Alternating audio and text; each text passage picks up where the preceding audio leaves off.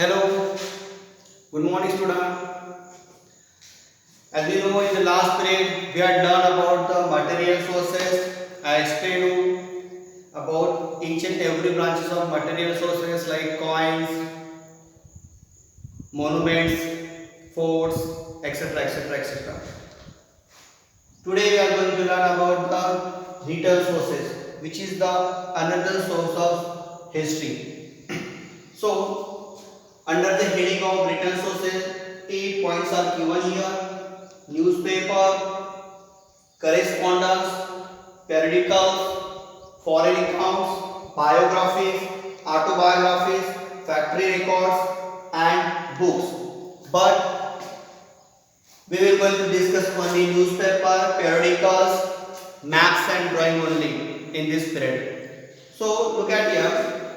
For your kind information, Bengal Gazette was the first newspaper was published in India on 29th of January 1780. Bengal Gazette ये पहला newspaper था जो India में publish हुआ था 1780 में, और ये पीरियड आपको पता है ये ब्रिटिश रूल का पीरियड था। इस समय ब्रिटिश गवर्नमेंट इंडिया के ऊपर रूल कर रही थी, उस समय का ये पीरियड रह चुका है, और उस समय बंगाल गैजेट नाम का ये पहला न्यूज़पेपर स्टार्ट हुआ था। देन ज्ञानोदय, ज्ञान प्रकाश, केसरी, अलग अलग भाषाओं में सारे न्यूज़पेपर थे।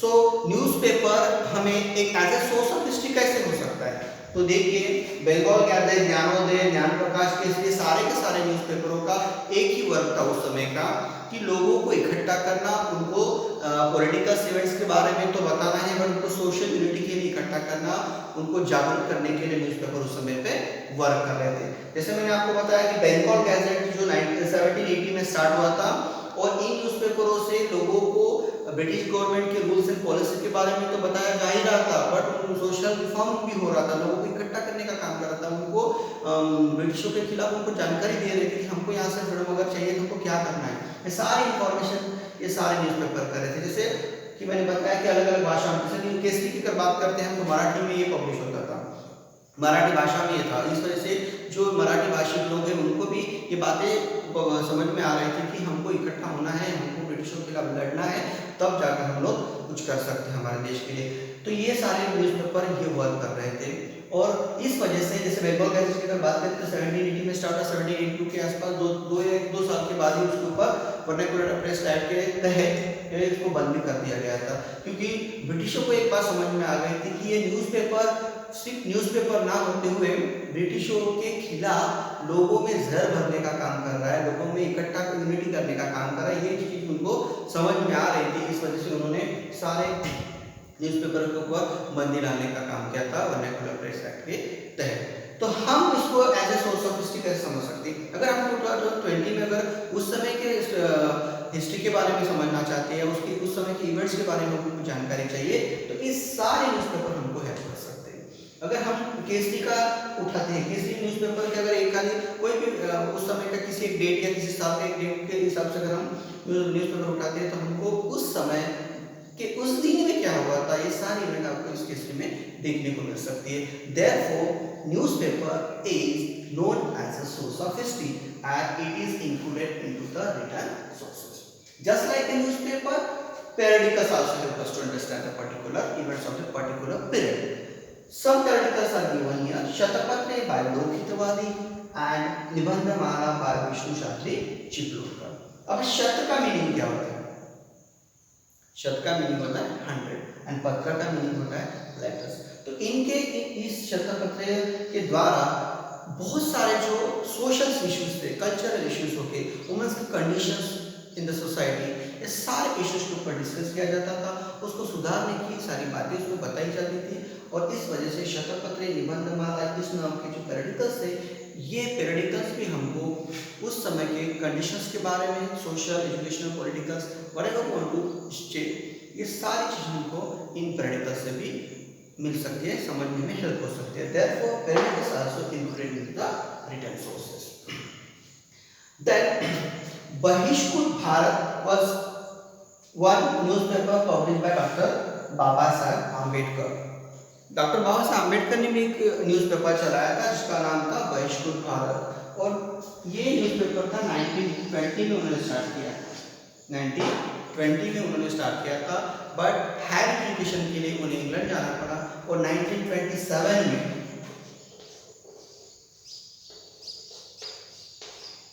1927 में उन्होंने ये जो न्यूज़पेपर था अपने कलीग को उन्होंने हैंड ओवर किया था और वो हायर एजुकेशन के लिए इंग्लैंड चले गए थे। सो हम लोगों ने देखा यहाँ पर कि रिटर्न सोर्सेस में हम लोगों ने न्यूज़पेपर और पीरियडिकल्स के बारे में इंफॉर्मेशन ली है। अब हमको देखना है कि न्यूज़ रिटर्न सोर्सेस का ही एक दूसरा टॉपिक मैप्स एंड ड्राइंग, हम बोल सकते हैं maps and drawing.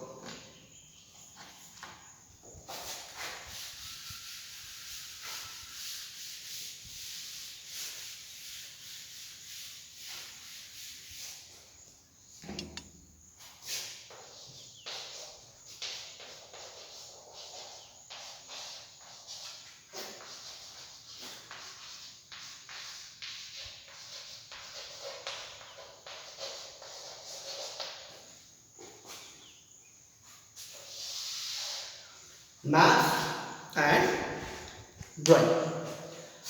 Maths and drawing also help us to understand the history of that modern history. So उस समय सर्वे ऑफ इंडिया नाम की इंस्टीट्यूट हुआ करती थी जिसको एस्टेब्लिश किया था east India company. Survey of India special department है,